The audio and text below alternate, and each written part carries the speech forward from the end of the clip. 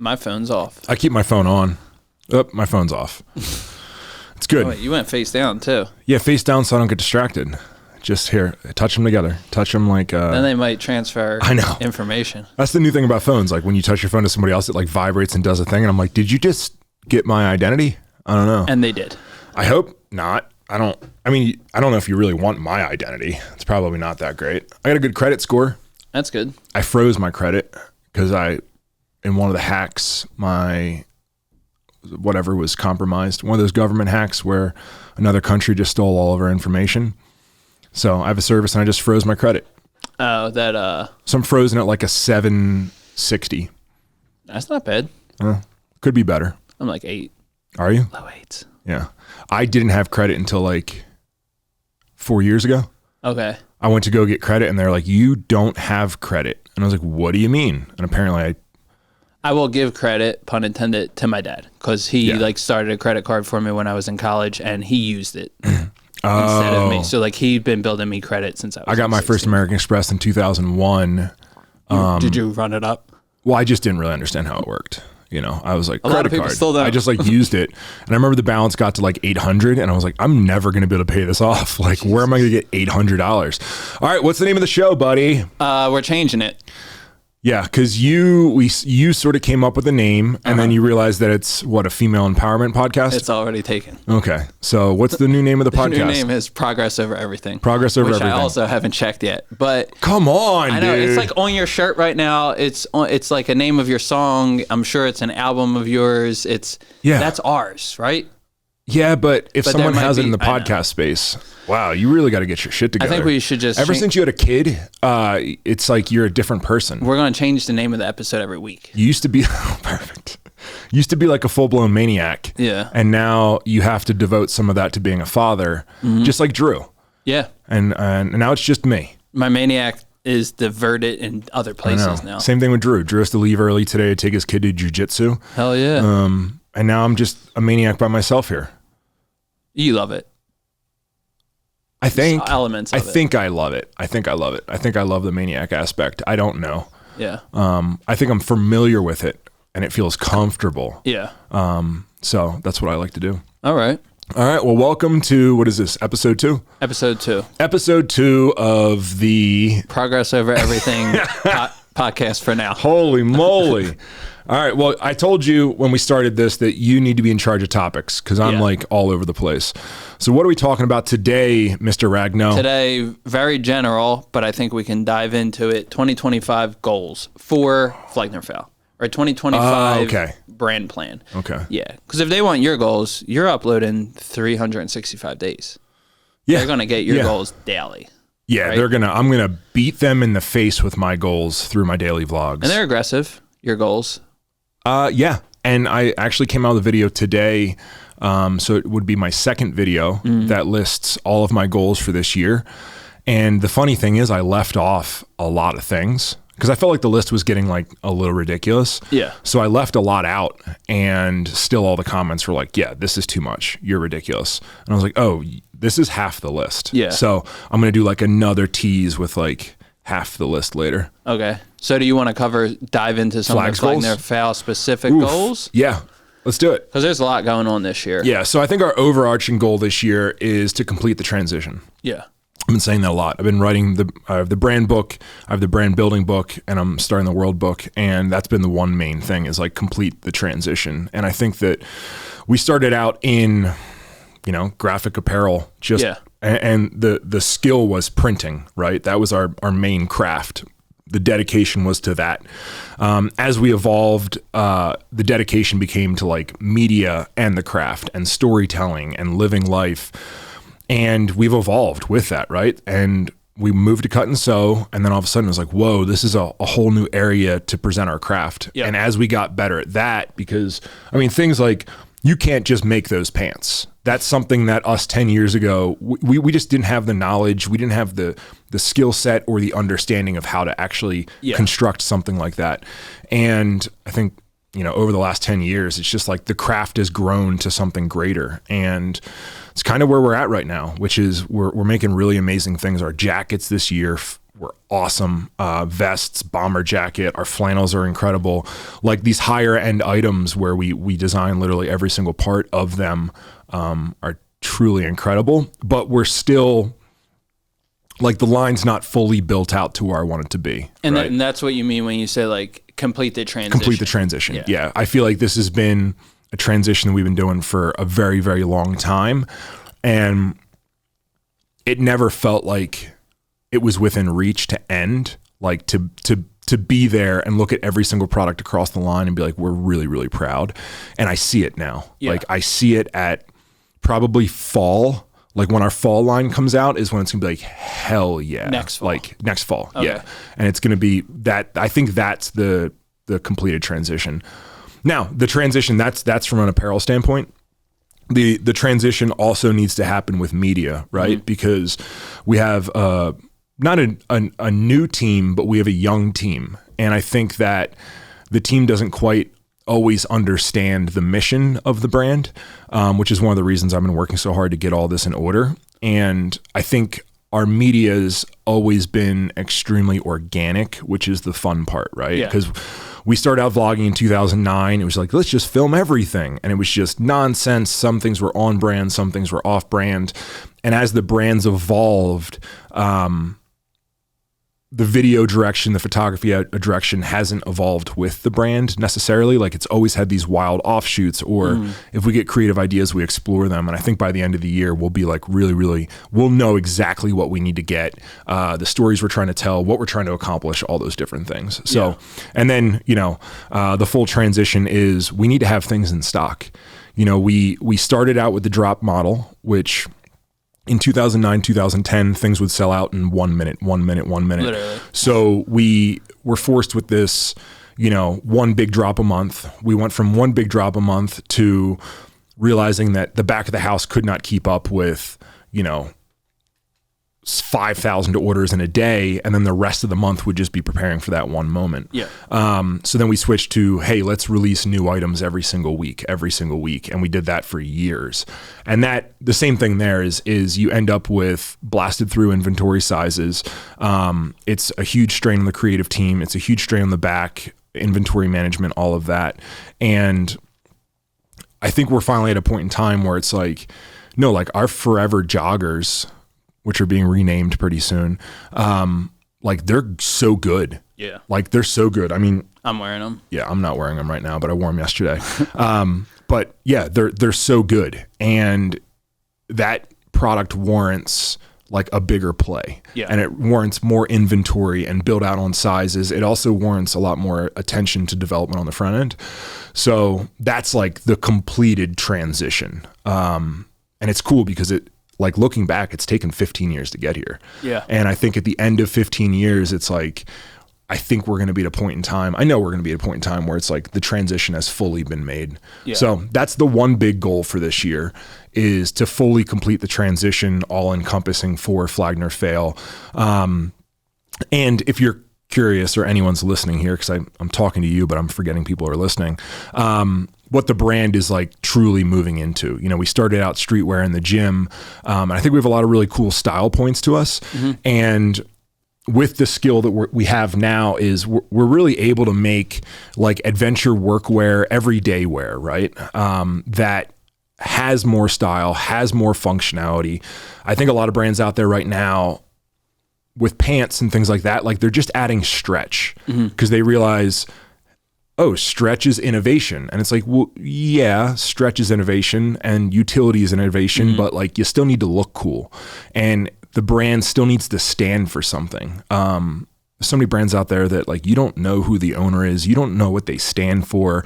You don't know who they donate to. You don't know anything about them. Like it's just, oh, these look cool, or these have functionality. And I think that we're going to hit all of those things, and be in the workwear space, the outdoor space, and the lifestyle space with that base in fitness. And I think that that's one of the things. I compare myself a lot to Carhartt, or us to Carhartt a lot. Carhartt I think is like the gold standard of like work apparel. Like truly, they're the ones, right? Yeah. And they've always been the ones. And I think where Carhartt lacks functionality and style. Like part of their style is being unstylish, but right, like being like, oh, I'm dressed like I'm working construction and it's super baggy and whatever. And I think that where they've failed to marry that, like other brands, dare I say like Dickies or something, has like a very specific style of workwear, but I don't think there's any really tailored good streetwear mixes. And I say streetwear just because we have the influence from streetwear. Yeah. Out there in that space, right? And I think there's brands that have elements of it, but they normally just make one product. Like a brand I really like is Dixon Flannels. And Dixon Flannels, like they just make flannels. And I look at that and I'm like, well, that's really cool. Like I can't imagine just making that, but I want to be able to make my entire outfit. Yeah. I want to design the entire outfit. I want to have it fit for our lifestyle here in Montana, between waking up early, plowing the driveway, going to the gym. I want apparel to train the gym in. I want to get dressed for the day. I want to feel appropriate in the office. And then I want to go out and work on the farm at night and then go to dinner. And I want to make apparel for all of that that's cohesive and ties together. So that's the full transition. That's what we're trying to do. The other big goal is a crazier one, which I'm going to announce to the team today, which is we've started the process of building a storefront out front. Hell yeah. So for the listeners, we are on 9 acres here in Montana. And the way that we built the building is we wanted to set it back and make sure it was our own compound. So we have the racetrack, we have building 3, we have a car wash, we have a giant parking lot, we have a pit bike track, we have a motocross jump, we have volleyball thing, we have a fire pit, we have all this like cool stuff, but it's hidden behind the tree line and we don't have signage. And up front, there's, I'd say roughly an acre and a half in front of the tree line. And I've always envisioned it as a great opportunity to build something out there. So I think that building a storefront out there would do really well. Our placement's kind of weird. We're like on this main road that everyone's going 75 miles an hour and you're not going to really see it. But I think that it's going to handle one of our struggles, which is being an online apparel line, which you can't. The only way you get it is if you trust in your size, you order it and you're like, well, they're tailored and all these different things. So it's hard to figure out, right? Apparel online isn't possible. Yeah. And then we're going to anchor that with a coffee shop. Selfishly, because I wish that throughout the day I could just walk up there and get coffee. So it's going to be a coffee shop, workspace, but mostly an apparel store. And that's going to be sort of our flagship store on our property in front of the tree line, which is going to be a huge project. Like throwing the coffee shop angle in changes everything, because now all of a sudden you're like food and beverage. And I've never built anything food and beverage. I did a little bit in the gym, but we had existing clearance through the shake bar and everything like that. But I think that's going to be really, really cool. Yeah. That's like a big boy project that I like to do. Obviously big boy projects. The racetrack was a big boy project. They're all big boy projects, but that's a big one. I'm really, really excited to do that. That's going to be a fun one. Yeah. Yeah. That's going to be, plus I get to design another building, right? I'm really excited to do that. Like I like interior design. I like creation, right? Yeah. And if we can create apparel, we can create environments, we can create, media, all of that. It's like, what better place to live and work? And we're in the best state where and we're in complete control of our lives. It's like the coolest feeling ever. Now it's not easy. No, it was easy thinking of all the coffee shop ideas. It was so that one easy. Morning when you and I were just spitting them all out. Yeah. And then Drew came in and was like, that's not how it works. Yeah. The ideas get really easy, but on New Year's Day when everyone's like recovering, and I don't even know what time I got here pretty early, and like you were already here. And then I left last night at 9:30 at night. Normally, like as I'm wrapping up to leave, I'm like, what am I doing? I saw what time you set the alarm last night. Cause when I go to disarm it in the morning, I see what time you set it every night. And it was like 9:30. And I was like, Jesus Christ. 9:30. Then I caught the train. Yeah. And I was sitting at the train. But the train was like a really good reflection point. So Austin doesn't live on the other side of the train tracks anymore. I don't hit the train anymore. It's sick. But there's train tracks that sort of split Whitefish in half. I love the train. But it splits Whitefish in half, and I have to cross those train tracks. And if I get to work too early around 4 a.m., I'll hit the train because there's like a 4 a.m. train. And then also if I go home too late, there's a train. But midday, there's no train. They don't run the trains midday. They run them at like when they think people aren't going to be driving. Yeah. And it just sort of seems like that's when I'm driving. But that's always was it a long one? It was a long one. I hit it when it was going down. But it was a really cool opportunity for me to like stop. Or I could have just driven and been like a little frustrated and overwhelmed and sort of stayed in that mode, but it made me like stop. And I sat there and I was like, I'm doing everything I love. Like we are building the coolest company in the world. Like cool. Yeah.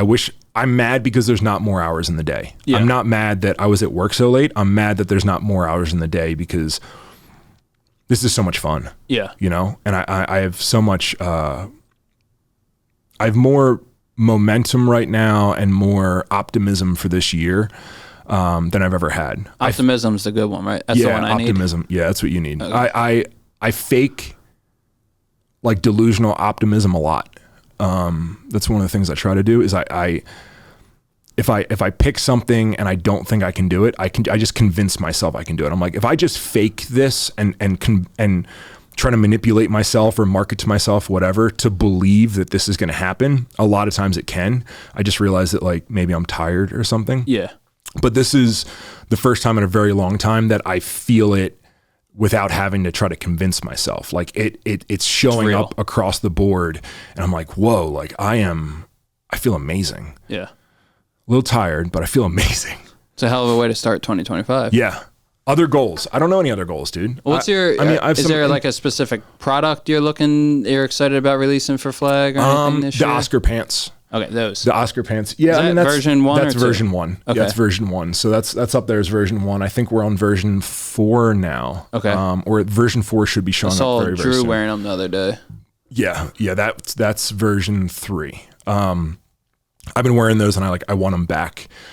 We have a little issue with the crotch and same thing, dude. It's if we were just designing apparel, I think it'd be really easy. We would have sent it on the first sample. But I'm designing apparel that not only do I want to be functional, I want to have all the features and I want it to look cool, but also like I'm worried about stupid stuff. Like how does my butt look? Yeah. And we spend so much time going back and forth with making sure my butt and my hamstrings look good. Like, yes, it needs to fit your hamstrings, fit your quads and all that. But also like aesthetically, how does it look? And that's a lot of our modifications. So I'm really, really excited about that. We're going to re-release the club tee. I think the club tee, we might've been, once again, a lot of these items are older items we've done. And I think it's just ahead of our time. Yeah. So the club tee, I'm really excited about. We're calling it a North Fork hood. So our fishing hood, we're expanding the colors on the Forever shorts and Forever joggers, which we're changing the name. So like when I said Oscar pants, right? One of the things that we're doing in branding this year is our flagship items. We are creating sort of names for them because I think that we started with the Forever and the Forever was a concept, right? Yeah, it was just a hoodie to start. It was part of the evolution, right? This was a hoodie that were meant to be so good and timeless that you would write your name in it and pass it down. And I have a lot of my grandfather's clothes, a lot of my dad's clothes, and they're my favorite. And I was like, ooh, we can make apparel like that. So we created this Forever collection, which was a higher standard and stood for something else. And now essentially the whole line's turning into Forever collection. Yeah. So if we come out with a Forever jacket, what if we do variations of it? So we're like the Forever denim jacket, the Forever black Sherpa jacket. It gets messy. And now that we're creating so many items that are essentially flagship items, we're picking out animals that sort of fit. So the Oscar pants, they're like our big durable work pants. They fit work boots. They're still athletic and they're form fitting. They look really good. And I was like, all right, so what's something in my life that is very aesthetically pleasing, that's athletic, but like built for work. And I was like, Oscar, my half dress, he's 1,600 pounds. He's still fast. He can still jump. Like that's a horse for anyone who's wondering. He's a little lazy, but he's built for work. And I was like, damn, dude, like I could call these the Oscar pants. So create a little logo, picked out a photo of him that it's not it's interesting, right? Like you saw the logo that I made for it. It's not the best looking photo of him I could have gotten, but it's unique. Yeah. And with these logos, these little marks that I'm creating for each one of these flagship products, I'm trying to find unique photos, not like the best. Like I don't want this jumping stallion that looks amazing. Profile shot. No. Yeah. So like the angle on him is like a little bit big on his head, and it's cool. And then, I mean, same thing. We're sort of slightly redesigning the forever joggers and realizing that like, well, we're going to come out with these other joggers and things like that, redeveloping the everyday joggers, and trying to pick an animal for that. And I was like, dude, that's the first big boy product we came out with was the forever joggers. I think we're on version 3 or 4 now. So this will be version 5. And I think it's finally time to be like, no, this is a product that's here to stay. There's no real joggers like that on the market that I've seen that are as good. And I buy a lot of other companies' joggers. Yeah, I know anyone that I've like gifted them to or sent a pair to, they're immediate like, what other colors are there? These are the best. I've tried everything. Oh, I cut myself doing this. I would have been destroyed with any other pant, but these pants like saved my calf. It's like, what the fuck? Yeah, you get crazy stories. Yeah. And I think that's sort of how we're proving items, right?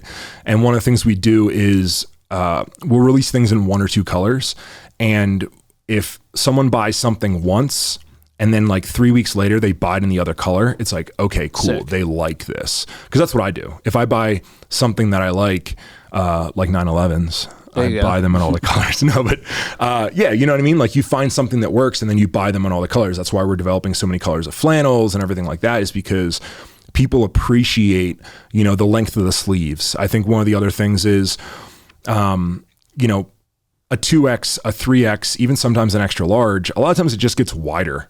And it's like, I'm not wider. Like the foundation of the brand is fitness. You should all take your body serious. And I think that if you take your body serious, you want things that complement your body. And we can tailor it like that. So we can tailor these a little leaner and a little longer, with longer sleeves, bigger shoulders, and made for the athlete. And we do that with everything. That's why the Oscar pants are taking so long, is because like they're great pants. We could send the sample we have now, but like I want my butt to look better. Like I know that's a weird thing, but like when I get dressed and my butt looks good and my waist ties in and I look commanding and I see a video of myself, I'm like, hell yeah. Like that's a good outfit. And I think that's how we all get dressed, right? I think some people get dressed in the dark. Well, trying to cover up their physique, right? They're trying to like hide. And I think that that's fine, you know, but I think that we should aspire to work towards the best version of us. And we want to make apparel that complements that. Oh yeah. And those are essentially like cause wearing the overalls daily, like you wear, I think that's kind of what inspired the pants. Yeah. So, you know, the forever joggers, one of the things I don't like with it is it pairs well with boots, like very well with boots. It's a really good look because it brings the ankle in tight. It gets wide at the calf and it makes you look athletic. It also pairs well with like low shoes and things like that. Drew wears Vans all the times with them. And when I started doing the overalls, I was like, I have to test these. And I was doing more farm work, and I found myself doing more farm work, riding more horses, wearing cowboy boots. Like I wear cowboy boots maybe 3 days a week right now, and realizing that we didn't really have anything that fit that. So the overalls fit that really well. And from the waist down, the darting that we do in the overalls, the breathability, the movability, all of the seams, the pockets are like perfect. And yeah, it's just like, I want a pants version of this. So that's sort of what inspired the Oscar pants, the success of the overalls. And then sort of the bottom half of it is built so well. It's the right amount of baggy, right amount of fitted. And that inspired the pants. And then the pants, we obviously thought like, okay, the overalls have so many features above the waist of pockets and things like that. How do we bring that all down to put it in knife pockets, pencil pockets, things like that, without looking like one of those pants that is a Swiss Army knife? You know, I see people wearing the pants where it's like, oh, you have 35 pockets and zippers, and it ends up, it looks very specific to like, okay, you're an electrician. you know? And I think that we wanted to accomplish the goal of like, if you're an electrician, these pants will work phenomenal, but you can also wear them to dinner. Yeah. And I think that's the duality I want through all of the apparel we create. So yeah, I mean, that came from the, damn, you would think we're about to like release these pants the way we're hard selling them. We don't even know when these are coming out. Close. We're not even close. So yeah, our testing process is sampling is roughly 6 months, back and forth, 6 months. And then production time's normally 4 months. And then we need to get our media package together. So we're normally like a year out. Yeah. I would assume these are going to hit, because I started them about 4 months ago. I think this sample is going to be nailed, which would put us 4 months out. So probably fall. Yeah. Fall, I think, is where they're going to hit. But yeah, I'm really excited about, obviously. I won't shut up. I'm excited for the golf bag we're doing. Yeah, I know. So the fun thing about Austin is we have the brand direction and we know exactly what we're doing. We have the full line planned, designed, and you just try to throw golf stuff in there. Try where I can. Everything's like, well, what if we did a golf towel? And I'm like... But then I kind of make it make sense. Yeah, so then you're like, so then you start finding like other rags, right? Mm-hmm. And things, your name, I didn't even get that. But... where it would make sense to me. You're like, hey, would you keep this? So I have like a rag in my toolbox because a lot of times I spray things off with WD-40 or brake cleaner and then I clean them with the rag. And you're like, yeah, but if that was like a branded cool rag, wouldn't you like your toolbox more? I'm like, yeah. And then Drew's like, well, I have one in my truck for wiping down my dash. And all of a sudden it's like, damn it, we're going to make a golf towel. Utility towel. Yeah, a utility towel, right? But it's funny because we have the ability to make anything. That's what's cool about it, yeah. I think the biggest thing that holds us back is bandwidth. So, I mean, something like a blanket. Drew is like, yeah, I want a blanket for my car because I keep one in there for the kids. Like if we stop and do something, it's nice to have a blanket. And it's like, okay, we can make a blanket. We can make a rag. We can make all these different things. But then it sort of starts to get out of control. So we have our definite line plan for this year of everything we're designing. And then there's these other goods that are going to be thrown in, like a golf bag. Utility towel. But I think the golf bag will be a collaboration because that's another one of our big goals this year is we've done collaborations in the past that have been really easy, but they've been sort of messy. So, I mean, we did like a rock tape collaboration, which just sort of, right? That fell on our lap. And it was like 6-pack bag. Yeah, now that I'm thinking about it, there was a lot. We did 6-pack bags. That was a big one. That did really, really well. We did Cardillo belts. That was a big collab. And then outside of that, we've done like little collabs with sort of like one-off items. Like we've made 25 axes and things like that. But I think this year is one of our big goals, right? It's written down. It exists, is a collab with a large company. When I say large company, it's something that I really want to make sure it aligns with us. Mm-hmm. I really want to make sure that it represents us at the end of the transition. So I have a couple different brands in mind. I have the brands that like I would love, but then, not relevant. So, I mean, for example, one of my brands is Wood Miser. Like I absolutely love my sawmill. Oh my gosh. Like you guys. I've yet to see that thing in action. Really? Yeah. Only on video. I haven't like been there with you yet. I got to make you use the sawmill. I'll put on a new blade for you. I'll pull it out. We'll pull it out next week. Where is it? Here? Yeah, it's out back. But can I make something? Like from my house? I don't know. What are my options? Anything with wood? Essentially you make wood. You make lumber with it. Okay. And it's going to be rough cut lumber. So if you wanted to make, because you're redoing your garage, if you wanted to make like shelves, you could make shelves. I mean, I have a big log out there drying right now. It's a 14 by 14. So it's a 14-inch plank. And essentially we could cut 2-inch slabs out of it, 7 2-inch slabs. And you could cut all the lumber for your shelves. Or if you wanted to make a coffee table or something like that. Or like if we want to rough cut a bench or, we can make anything. What are you making? So what am I making? Right now I'm just making a lot of lumber. I have the intention to build a hay barn next year or this year, but then snow showed up like a month early. Yeah. And it just snowed us out. And you were cutting all the lumber for that? Yeah, right? Yeah. I have all the lumber for it. I was going to use all my lumber. And then I was going to use metal siding.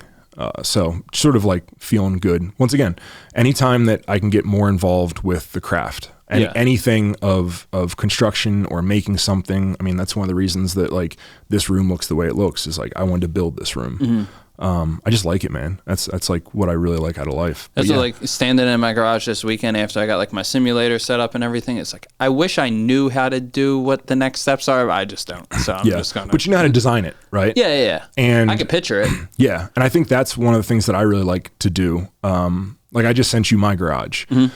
So my garage, I have 2 garages. My one garage right now, I've always wanted somewhere that like highlighted our items, but at my house. And my house is beautiful, but it's an older master bedroom with a small walk-in that Dana dominates. And I wanted to make something for the seasons. And it started out with like lockers, and then I'm able to like design the whole thing. And I can build it. It just comes down to time. Yeah. So I think that's also sort of what you run into but I think designing, it's like, that's the something about my garage right now with it being undone looks really cool. Yeah, but it's cold in there. Yeah, like I hit balls, and then like after a little while, I'm like, I should go inside.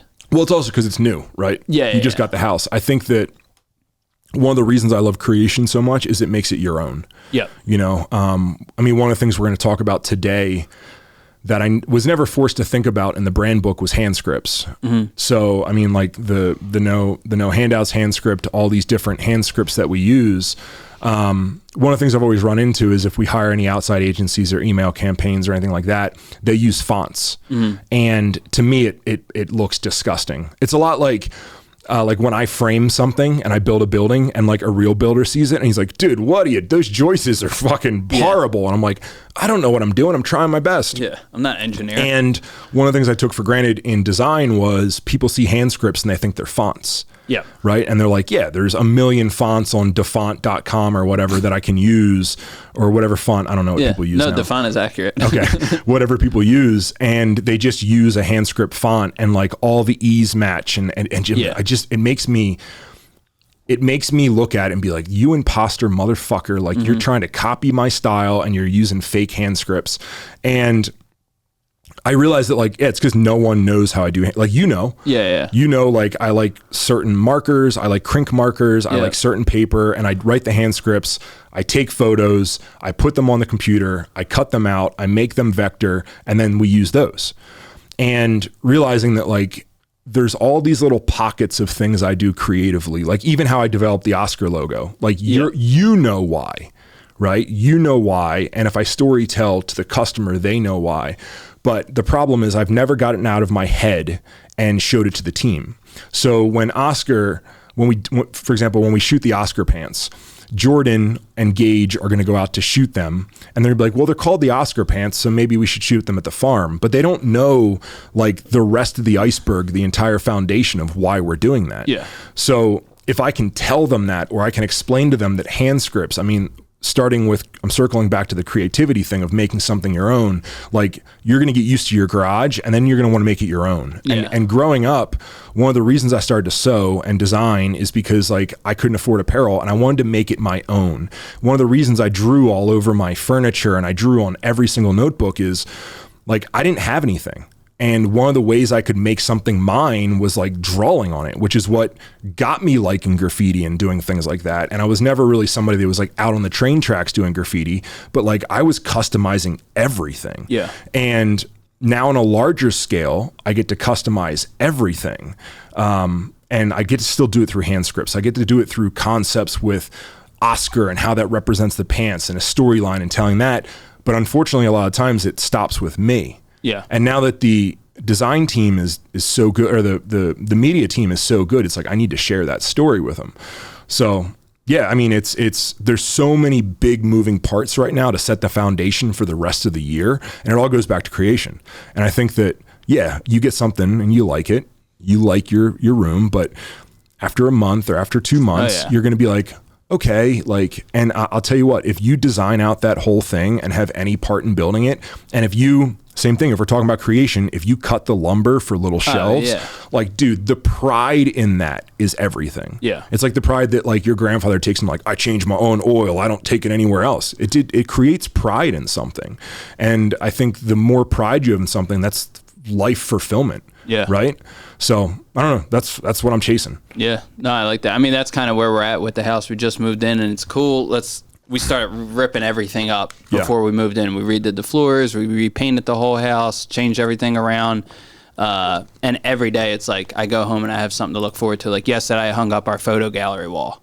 I was like, fuck, this is cool. So and like Noemi came in, she was like, home, because like she remembers it. So like all those little things and like taking my time with it and enjoying it. But the garage is on my list. Yeah. And then when you sent me your photo the other night of I know. That's why I sent it to you, because I wanted to inspire you. It's like, damn it, I didn't do mine yet. Mine is just like what it is. Well, I think that's the correlation between that and the brand is perfect. Yeah. Right. Like I think that's what people understand. They understand that like the more I customize my house and paint my walls or put new rims on my car or whatever, like it makes it you. Yep. And you feel like you can make it better. Right? Like you look at your house and you're like, baseboard can be better, paint can be better, stylization can be better. If I put our photos up here, it does this thing.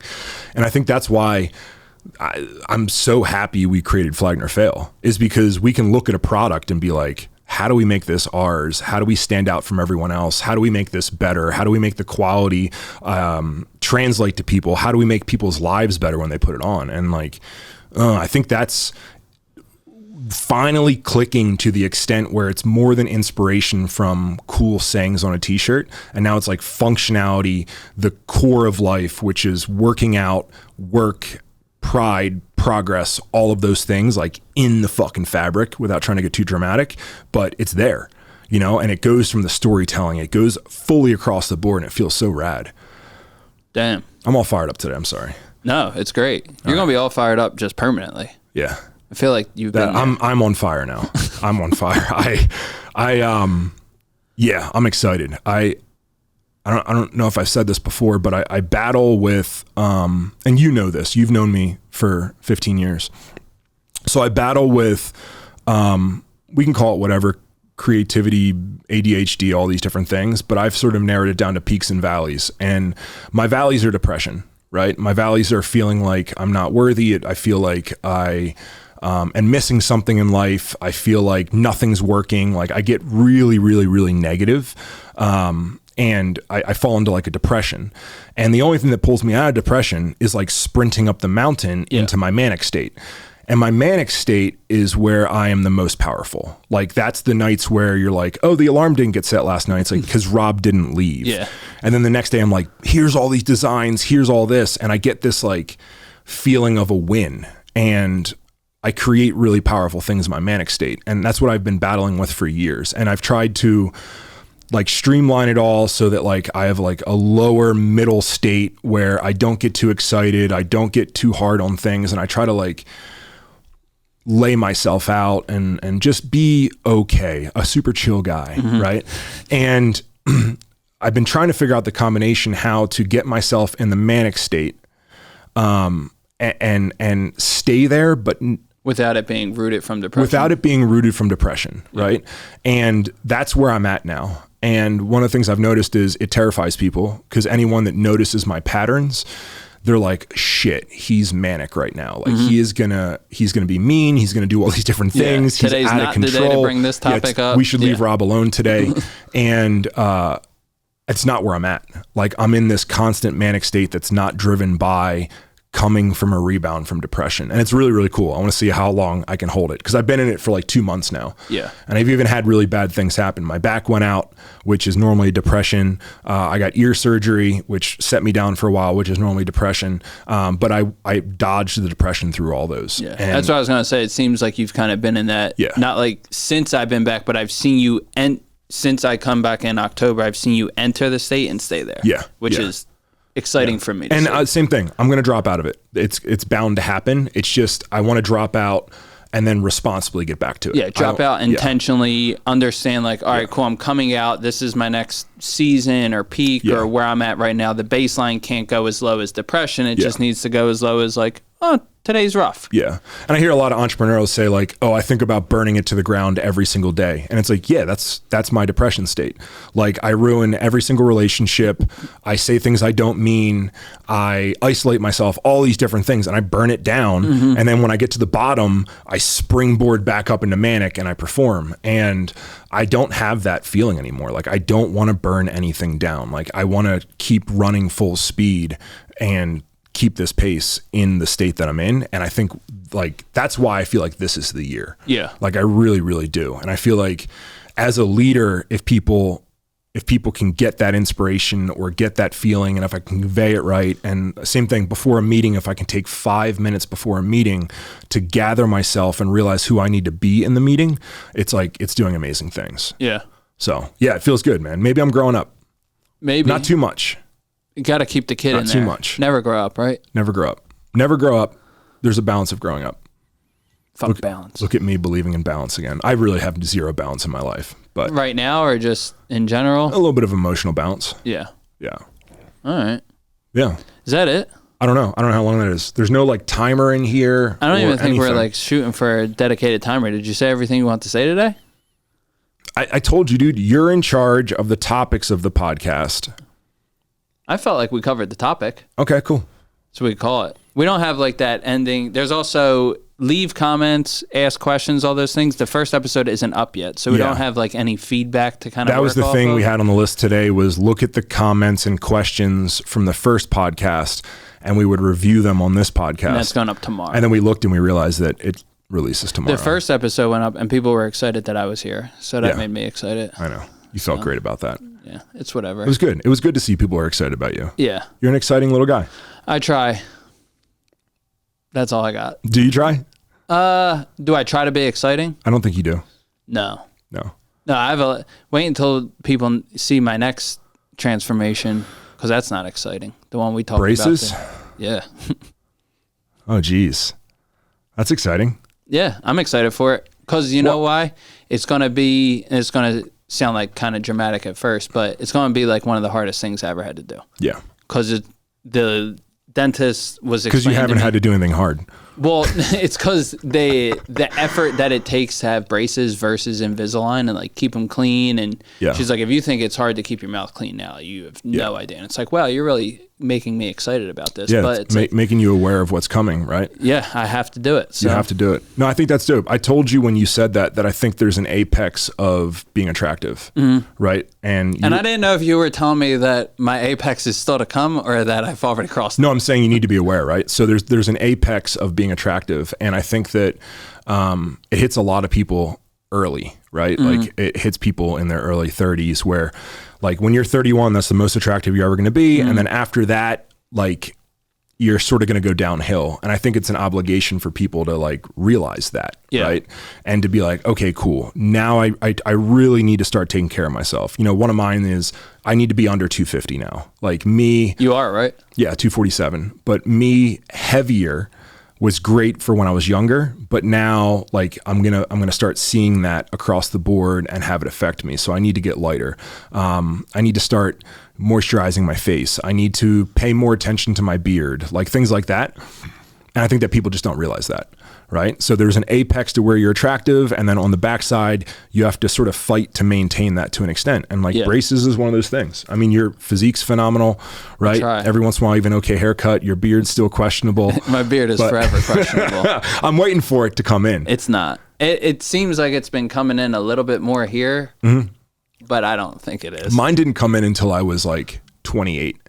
Yeah, which was like weird. 37. I was like, I guess I'm never gonna have a beard, and then all of a sudden I was 28, and it was like, bam! I was like, okay, I have a beard now. Well, I missed that, and now it's turning white, and everyone tells me I look old. I'm like, oh, thanks.